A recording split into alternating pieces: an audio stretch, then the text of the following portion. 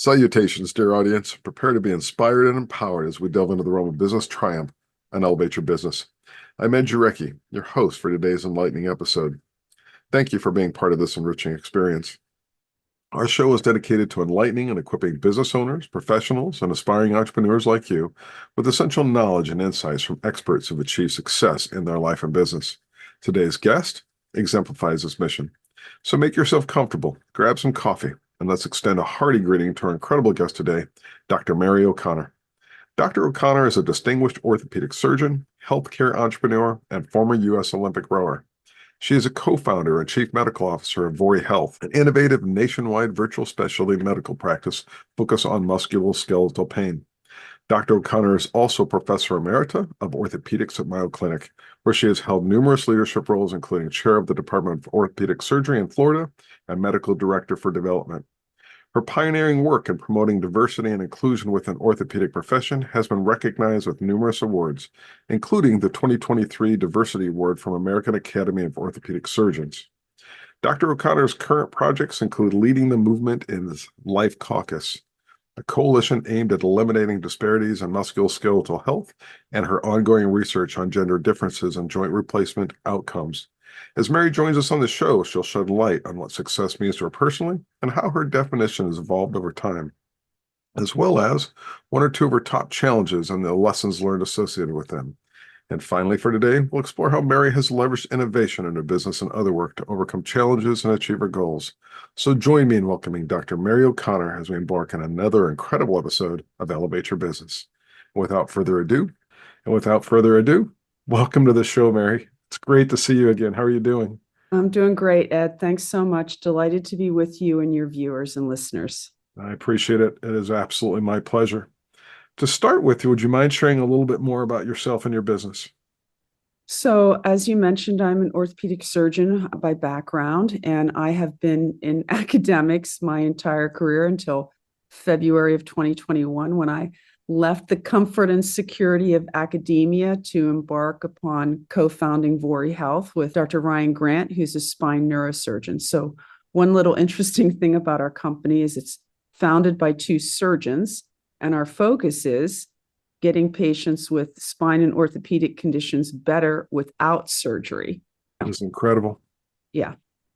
Not because we don't recognize that surgery has an important role, but because we recognize that, unfortunately, there are a lot of patients having inappropriate surgeries that are risky for them or subject them to the risks of postoperative complications, and also costly, not just for whoever's paying the insurance bill, but costly for patients with crazy out-of-pocket costs and deductibles now. And it's getting worse every year. I hear it from a lot of different sources. So the work that you do, I think, is absolutely incredible. And I know there are a lot of physicians out there doing similar. And I really applaud them because we need that entrepreneurial spirit to help get this incredibly challenging healthcare system under control. That was actually one of my learnings. I retired from Mayo Clinic in 2015, and I love Mayo, and I always take my Mayo Clinic value with me, which is the needs of the patient come first. And I was recruited to Yale, and I went there to build an integrated musculoskeletal center. And the challenges of making this kind of substantive change in the traditional system is really actually overwhelming. And not because there are people that are in those systems that don't recognize that there are problems, but because the hospital and healthcare systems are trapped in the payment model that drives surgeries, procedures, and advanced imaging. I mean, if you look at any hospital or health system in the country, their financial profit margin is driven by surgery, advanced imaging, and procedures. So any process that looks to lower the rates of inappropriate surgery, advanced imaging, and procedure negatively impacts their bottom line.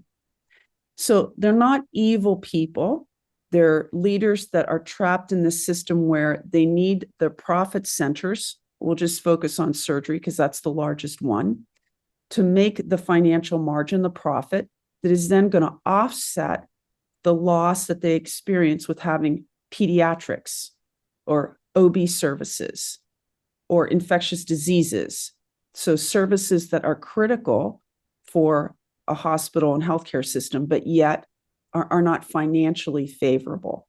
So it's such a complicated, messed up system that I realized that if I wanted to really leave my mark and make a difference, if I really wanted to live my passion and value of making healthcare better for patients, I needed to, again, leave the security of academia and go out into the entrepreneurial space. Absolutely incredible journey. I can only imagine some of the challenges. This is a huge system, all driven by our capitalistic society, culture, and it's not so different in many other places around the world, but here it is always about the short-term profits, and we all often get caught in that. Let me comment on that because one of my favorite Mayo quotes is from Sister Generose, and she was the last nun to be the lead hospital administrator. And Sister Generose has a very famous quote that starts, "No margin, no mission." So basically, if you do not make a profit, you cannot serve anyone. But the second part of her quote that people often don't include is equally important, maybe even more important, because it says, "No mission, no need for margin." So healthcare is different, right? Healthcare is a business, but it is a business that must be mission driven and mission focused. And if you are not serving your mission of providing care to people and communities, then you have no business making a margin, right? That's the fundamental difference. And so it's really important that we continue to maintain that value that, yes, we have to make money, we have to be profitable, or we can't keep our doors open to serve anyone. But we have to remember that the reason why we're making money, why we need to make a profit, is exactly so we can serve patients and members of communities. That is a tightly balanced circle of life relative to the medical and health field, right? Yes. I often think that we should, as a society, think of hospitals and healthcare more as essential services like we do the fire department and the police department. And while I'm quick to criticize hospital systems, I also don't crucify them because, again, it's such a messed up system. When we see hospital closures, like particularly in inner cities and rural America, those are critical services that now those members of those communities are lacking and disadvantages them and promotes health disparities. And so this concept of how can we provide access to services for all Americans, regardless of where they are, that gets into the whole concept of, well, what about virtual medicine? What about telemedicine? And if I take the viewers and listeners a little bit higher up to a 30,000-foot level, I'd say if we were creating a healthcare system from scratch, right? If we were like starting over, what would we do? I think the logical solution would be to say, okay, everything is virtual first, unless it's truly an urgent, emergent condition, right? If you're having chest pain and you think you're having a heart attack, then you need to go to the emergency department. If you're in a car accident, you fractured your femur, your thigh bone, right? You need to go to the hospital. But for 98% of what happens in medicine, this could be first evaluated in the virtual environment, which is so much more convenient for patients, like dramatically more convenient. Right. And so let's see what we can manage in the virtual environment. If you need in-person services, then we get you and refer you to in-person services. But so much more care can be delivered through telemedicine than currently happens, but not all care can be delivered through telemedicine. And that's where creating a system that really integrates both of these in a seamless, transparent, easy way for patients is the system that we need. We don't have that right now, but that's really what we need. This is fundamentally game-changing in the approach that you're recommending. And one question I've got is COVID as challenging, as frightening as that experience was for so many. And I am one that lost a dear family member to it, so I can experience that side of it. There was also another side to it, which is enabling this next revolution in change. Is that a fair way to assess that, do you think? It was, because it's not that we didn't have the technical ability to do telemedicine before COVID. What happened with COVID was, you won't be shocked, the payment method changed. Because prior to COVID, insurance companies and payers would not either reimburse for a telemedicine visit, or they would reimburse at a lower rate. When the pandemic came, basically it was, okay, we're going to pay you, Dr. O'Connor, the same amount of money if you do a telemedicine visit with the patient as if you did an in-person visit. And this then created the opportunity for doctors and clinicians and healthcare systems to embrace telemedicine, because they weren't taking a hit on their financial Bottom line. projections, right? And their financial bottom line. So that was an important change. And telemedicine can be so effective, Ed. I think in some ways actually more effective than in-person care, which might be surprising to some listeners or viewers. But one of the common comments we get back from our patients is how they are impressed with the fact that their doctor or physical therapist or nutritionist is actually looking at them and talking to them during the visit. And that's because when you're on Zoom with the patient, you got to be doing this, just like I'm doing with you. Right. You're in the office with the clinician. What happens? They're on the computer. They're looking at the medical record. It's a different experience. And I am totally convinced that we can develop a compassionate, empathetic clinician-patient relationship just as effectively through telemedicine as we can in person. The only downside is you can't give your patients a hug. I was always a big hugger and like to hug my patients, and that you can't do. But you can still express how important they are, how committed you are to helping them on their healthcare journey, and how much they matter to you. In this transformation, it's going to require pioneers like yourself to really fight through and create these solutions so eventually they get adopted into the mainstream healthcare system. And so I applaud that work. And from history, it's the pioneers, and then it becomes a generational adoption and a societal adaptation that can sometimes take 5, 10, 20 years or more to ultimately cycle through. As you look at where you're at and where things are going, is that a fair way to express the change that you're trying to work through in your business? I think that's a fair assessment, Ed, although I'm going to add a caveat to it. So a lot of us have a bias that older patients will not embrace telemedicine, that they're not comfortable with the technology, and the younger people will because they grew up in a digital and virtual world, right? In fact, they not only grew up with it, they have an expectation, right? They have an expectation that you're going to be able to deliver services to them through the convenience of their phone.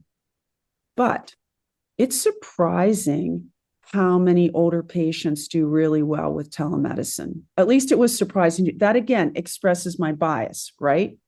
And I'll share a short story with you. So early in my journey, actually before Vori Health, when I was piloting, we were doing a telemedicine rehab program for patients who had had knee replacement surgery.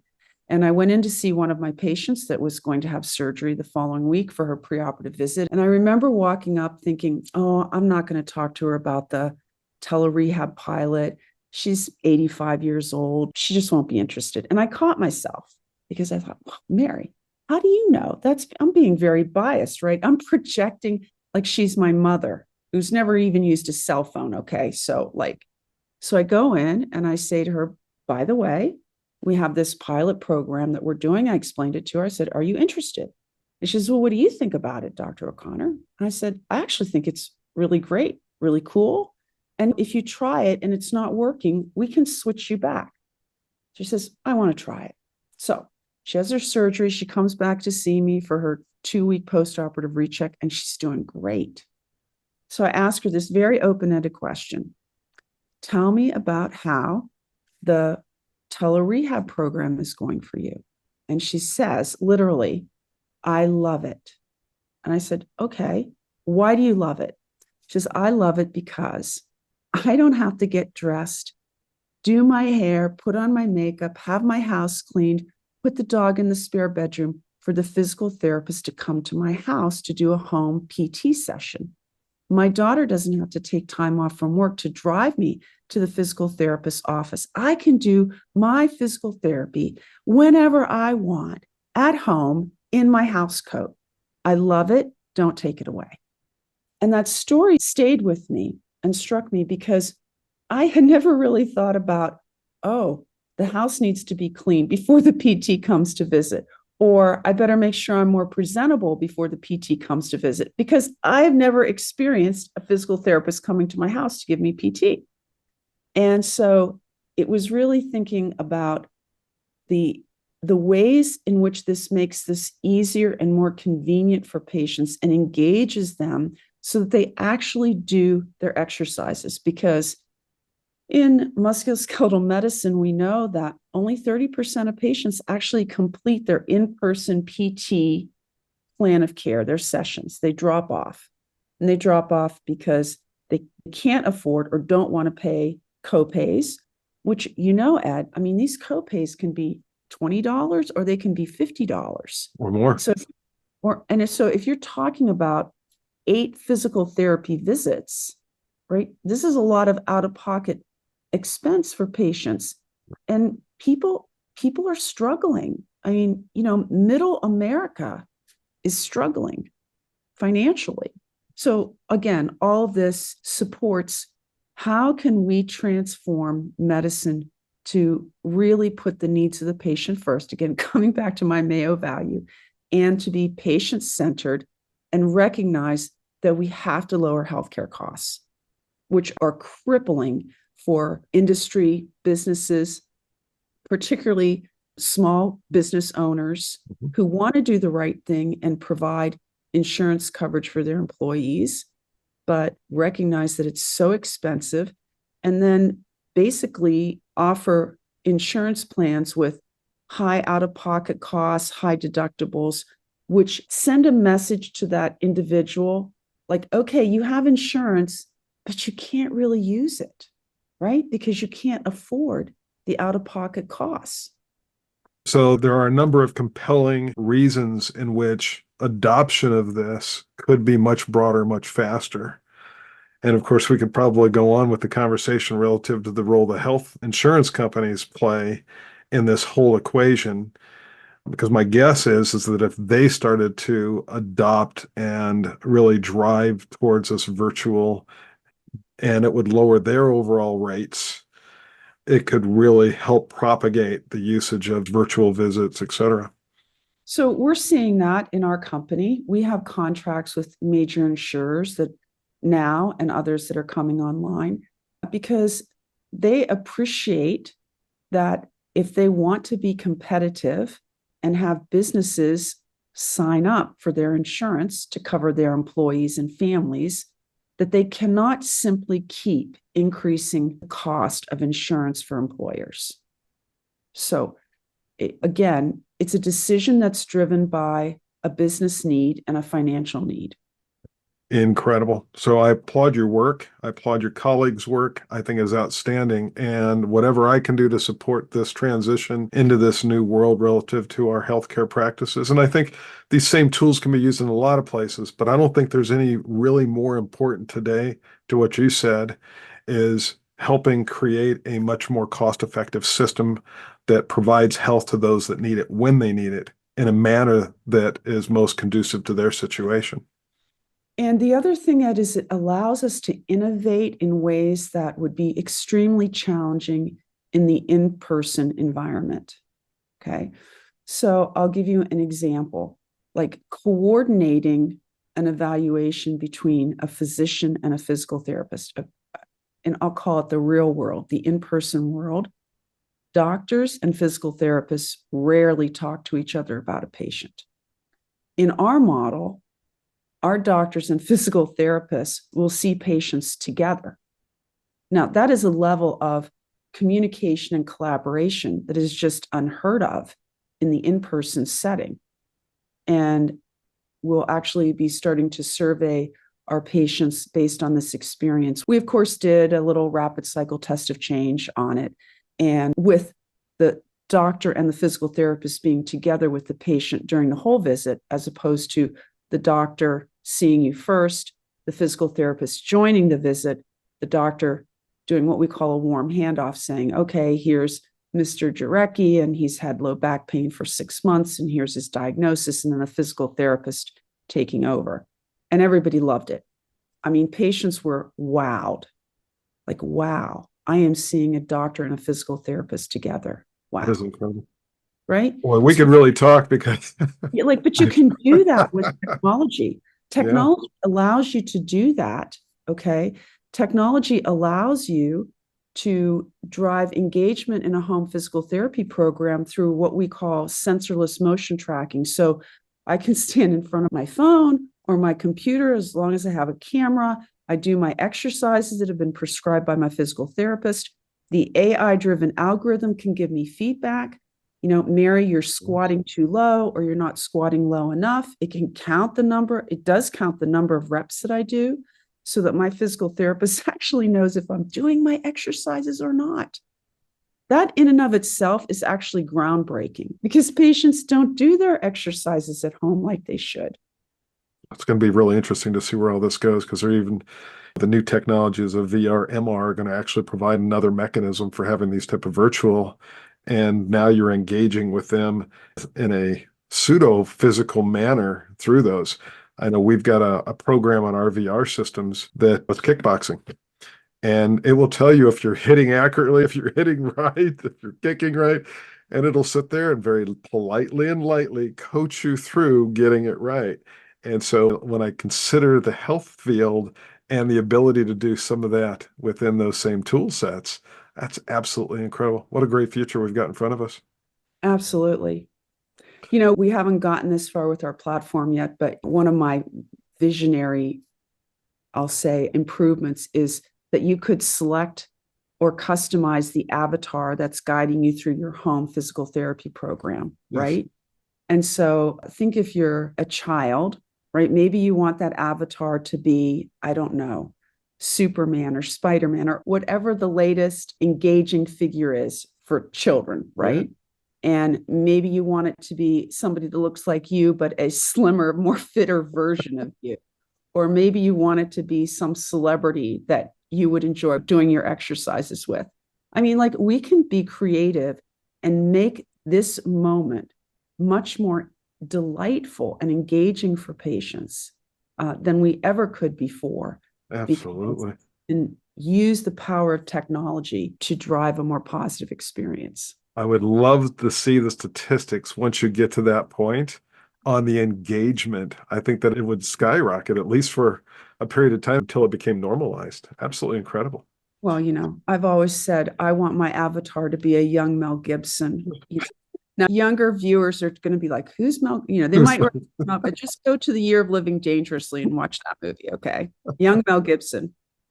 So my first question, how do you define success today? You know, I define success as making progress on my vision to transform the delivery of medical care, starting with the musculoskeletal space, to make the care more equitable, more patient-centered, more delightful. And remember, it's a journey. Success doesn't happen overnight. Agreed. And it's really managing your emotions along the way. I think that's one of the most important lessons that I learned when I went to co-found Vori Health is that a startup is such a different environment. And one of the wonderful things is that we can make changes more quickly. Things happen more quickly. And you can have these real big highs. Oh, we just signed this big contract. And then you can have these lows like, oh, we're having a problem with whatever. And just recognizing that you're going to get there, you know, have constant faith, like the Stockdale principle if you are familiar with the book Good to Great, Jim Collins' Good to Great, one of my favorite books. Admiral Stockdale talking about the prisoners and the prisoners of war camps, right? The ones that made it were the ones that continued to believe that they would get there despite everything else. And I truly believe that that's the journey that we're on, and we're going to get there. And it helps me manage those challenging moments and to also recognize, like, okay, this was a win. It's good. We celebrate the win, but we keep it in the context of we're going to have some wins and we're going to have some problems that we need to solve. And that's just part of the journey. It's part of the journey. Has your definition of success changed over your years? Because you've been in this field, you've been focusing on improving health for a long time. So how has your definition of success evolved? I'd say my personal definition of success has evolved from being one that, I'll be very transparent, was probably more self-driven or ego-driven to one that is more patient-centered. Early in my career, I had career aspirations. I hit all these milestones, right? I wanted to be a chair. I wanted to become a full professor. I wanted to have a great national, international reputation. I wanted to be seen as a leader in my profession. Some of that was ego-driven. I want to do this. I want to be great. My definition of success has evolved to, I want to make healthcare great for patients. That's my definition of success now. I love it. You've already alluded to this, but I'll ask, what are the top one or two challenges that you've experienced and the lessons learned that you've learned to apply from them? I'd say one of the biggest challenges when you're creating a company that is a virtual medical practice that is tech enabled and tech supported are tech issues. Like, it's just not there as fast as we want it to be from the clinical side. Okay. And why is that? Well, we still don't have unlimited resources, right? We're a startup. We're creating new things. We're doing synchronous integrated visits that have never been done before. And so recognizing that you're going to have some bumps with the tech that you have to solve and that you have to figure out the early temporary hack, right? How are we going to solve this now with the resources that we currently have while we create the better solution? Yeah. And we used to call those workarounds. All the workarounds. And then seeing the workarounds as the opportunity to be creative and to embrace the excitement of solving the problem. I like to solve problems, right? I consider like solving a problem is like winning a race. It's like a victory, right? I'm going to work hard. I'm going to race fast and I'm going to have fun. So I'm going to work hard at solving the problem. We're going to have this temporary solution, and that's going to buy us the time to get us to the better solution. Yeah. Makes a lot of sense. Any other key lessons that you'd like to share? I don't know that this is really so much a key lesson. I'm sure that probably all your listeners have already thought of this, but it always still comes back to the people. Hiring the right people, surrounding yourself with good people. And by good people, I don't mean yes people, right? I mean people that have diversity of thought, that are willing to challenge assumptions that I or anyone else makes, that embrace the importance of psychological safety on the team. That creating that culture, I think, is the absolute responsibility of the leader and continues to be underappreciated in terms of how important it is to business success. What's interesting is that I've had several guests lately that have really keyed in on win-win-win, which has been my mantra for 3.5 decades. And although not always accepted within the organizations that I've been employed, what's really exciting to me is the number of people that have come forth. And I just got off of a call before this on somebody that's interested in the podcast.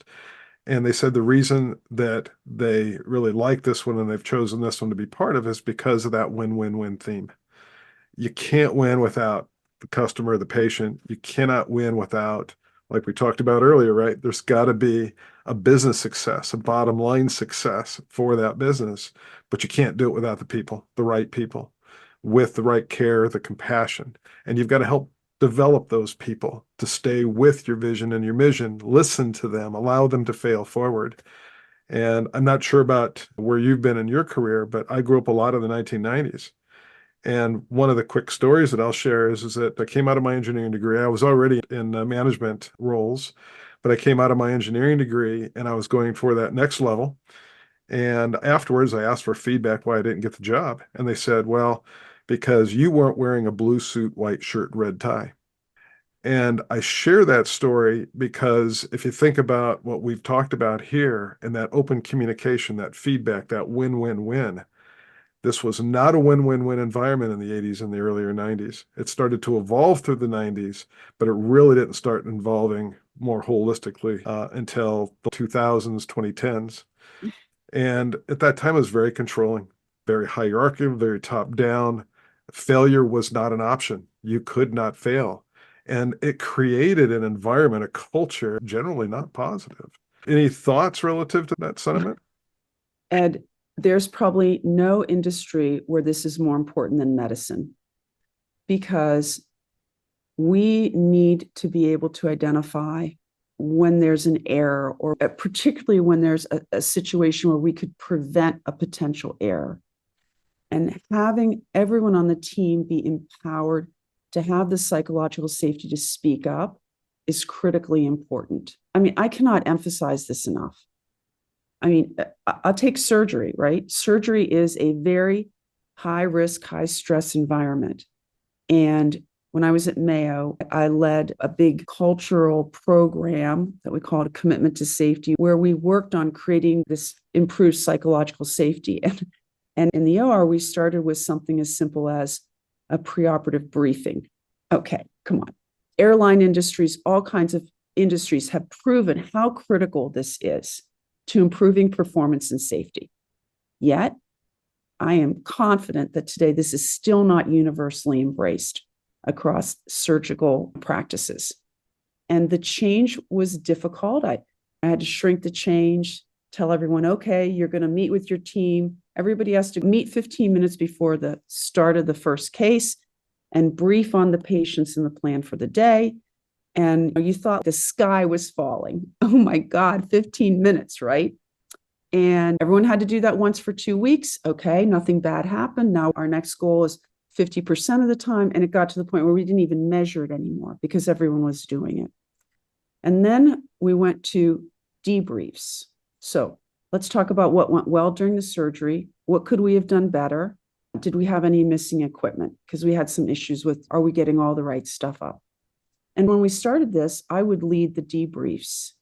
And it's typically done when you're closing and it's a low, intellectually challenging time. It's very kind of mechanical routine, and it's a good time to do the debrief. And then one day I had the realization, like, why am I leading this? Why am I not empowering the other people on the team to lead the debrief, and we can rotate it? And like, that was one of my light bulb moments. Like, again, this is what we should be doing. So we started doing that. And so one day, the surgical tech was leading the debrief, and he got to, what could we do better? And he brought up that the resident who was with me that day had struggled some in one part of the procedure. And he said this, and then as soon as he said it, he started to take it back, because he realized on the hierarchical scale, right, he is calling out this observation. And so I stepped in and I said, no, that's exactly right. And this was an important learning moment. And we addressed it. And there was no harm to the patient. This is, how can you do this better? And I found that such an empowering moment and felt so deeply rewarded that we had evolved to the point on my surgical team where this could happen. And it was embraced as feedback, not I'm shaming you or I'm criticizing you, because only that way can we help learn to prevent errors or prevent bad things happening to patients. And at the end of the day, Ed, you and I are a patient, our loved one's a patient, we're all patients. So we have really a higher calling and a more important reason to embrace this mindset in medicine. So for our listeners out there, key, and we've heard this from a number of different perspectives. That final win includes allowing people to fail, be transparent, open up, and focus on the continuous improvement, learn from the lessons, learn from the failures, and keep moving forward as an individual, as a team. That a fair way to express that? Absolutely. The next question is innovation. Now, everything you're doing is innovative, whether it's advancing surgical techniques or completely reinventing aspects of the health system. So today, what are a couple of those key innovations that you use to drive this business? That's a great question, Ed. And I would say there are so many that it's a little hard for me at the moment. But what comes to mind right now is this new visit type, because we're really getting ready to fully operationalize it. And I'm just so excited about it because I think that it will make the experience for the patient so much more enjoyable, and it will dramatically improve communication and collaboration between the physician and the physical therapist. And just imagine you're the patient and you only have to tell your story once, your history once, right? You only have to have one physical exam. Like, both the clinicians are there.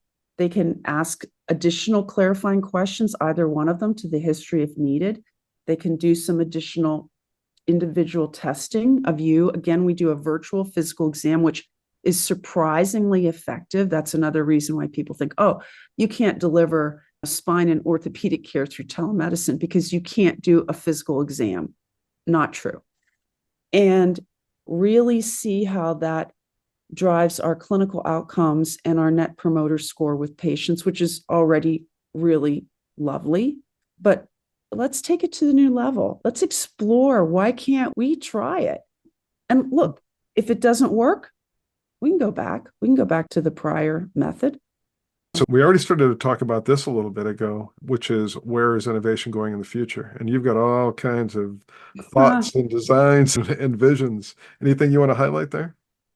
Well, there's so much that's happening in the med tech space.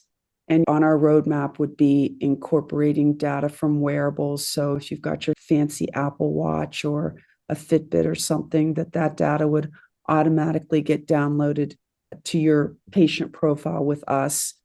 I think we have to be a little cautious, because if we think that technology is the answer, I think that is misleading. I agree. Yeah, we have lots of technology now. It fundamentally comes down to the behavior of the individual to embrace a healthy change. And that doesn't happen by giving them an Apple Watch or a Fitbit. I mean, it may promote it, like you. Okay, you're an engineer, right? So I'll pick on you for a minute, right? Engineers are almost always very, very analytical people. You are data driven, data, okay? And you want more and more data to give you more security in how you make a decision. So if I gave Apple Watches to a whole bunch of analyticals, they would probably start changing their level of physical activity because they're getting the data on their Apple Watch. Yep. Right? Yep. But for others, right, they need to tie that to some emotional reason why improving their level of physical activity matters to them. And one of the things that we do with our patients is we ask them to define for us, as part of their integrated care plan, where we pull all the recommendations from the doctor, the physical therapist, the health coach, registered dietitian for nutrition together for them, is what matters to them. So the question is not just what is the matter with you. Okay, Ed, let's say you come to see us because you have back pain. All right, so what's the matter with you is that you have back pain. But what actually matters to you? Your back pain is doing what? It's keeping you from playing with your grandchildren. It's keeping you from running a 5K. That's what matters to you. And the more that we focus on you and the goal of what matters to you, the more emotionally engaged you will be in that care plan, and the more likely you're going to be to improve. So that allows us to pull in values that matter to a patient, because what matters to you is going to reflect your values. and your personal preferences, right? So the application is a little bit different, but it's the same people, process, technology wrapped in whatever environment, purpose that, and creating that balance creates the win-win-win outcomes from that. The win-win outcomes is so essential. And, we can't lose the sight that human beings are not machines. We're emotional beings. Most of the decisions that we make, even analyticals, despite data, right, are emotionally driven decisions. And so in healthcare, it's even more important that we tap into the emotional drive to help the patient support their journey towards better health and improving their back pain or knee pain or whatever. Makes a lot of sense. Any final takeaways for our audience? We're here, Vori Health, transforming the delivery of musculoskeletal care.